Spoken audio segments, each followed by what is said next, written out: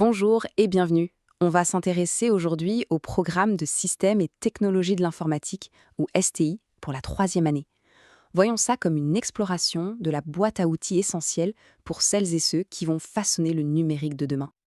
C'est la grande question, n'est-ce pas? Eh bien, la clé, c'est avant tout de maîtriser les bons outils. Et c'est précisément ce que ce programme propose de fournir. Il faut vraiment voir ce cursus non pas comme une matière classique, mais comme une véritable boîte à outils. Une boîte qui permet de construire des compétences étape par étape pour devenir les créateurs du futur. Allez, on commence par le commencement, le socle de tout, le cœur de n'importe quel appareil informatique, les systèmes d'exploitation. C'est logique. Avant même de penser à construire une application ou un site, il faut savoir comment parler à la machine. Et pour ça, tout commence par une compréhension profonde de son système d'exploitation. Le programme nous fait voyager à travers les différents univers où la technologie évolue. Que ce soit sur nos ordinateurs de bureau, avec les incontournables Windows, Linux ou macOS, sur nos téléphones, avec Android et iOS, ou même dans des systèmes beaucoup plus discrets, embarqués dans nos montres ou nos téléviseurs. Ici, le but du jeu, c'est de mettre les mains dans le cambouis. On apprend à installer un système d'exploitation de A à Z, à le configurer, le maintenir à jour et bien sûr à le sécuriser. Et pour s'entraîner sans aucun risque, on utilise des machines virtuelles.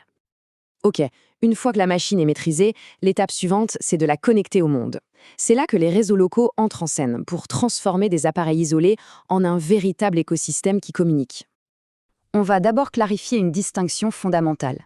La différence entre un réseau local, le LAN, celui qu'on a à la maison ou dans un établissement scolaire, et un réseau étendu, le WAN, comme l'est l'immense toile d'Internet. Et pour que tous ces appareils puissent se parler, il leur faut un langage commun. C'est là qu'interviennent des concepts absolument clés comme l'adresse IP, le serveur DNS ou encore l'adresse MAC. Pensez-y comme les noms, prénoms et adresses postales de chaque appareil dans cet univers numérique. Parfait. Les machines sont connectées, elles dialoguent entre elles. Il est maintenant temps de construire ce que l'utilisateur final va voir, ce avec quoi il va pouvoir interagir. C'est une excellente question. Et la réponse nous amène tout droit vers la colonne vertébrale de n'importe quelle application web un peu sérieuse, la base de données. On apprend ici les bases pour créer et gérer ce qu'on appelle des bases de données relationnelles. Ce sont elles, les moteurs qui font tourner absolument tout ce qu'on utilise au quotidien, que ce soit les réseaux sociaux, les sites de e-commerce. La création d'un site web suit une logique très claire, presque comme la construction d'un bâtiment. D'abord, on pose les fondations et la structure, le squelette, avec HTML5. Ensuite, on s'occupe de la déco, des couleurs, du design, avec CSS3. Et enfin, on ajoute toute l'électricité, tout ce qui bouge et réagit, grâce à JavaScript. Et on arrive au dernier grand outil de notre boîte, celui qui va faire le pont entre le monde numérique qu'on vient de construire et notre bon vieux monde physique.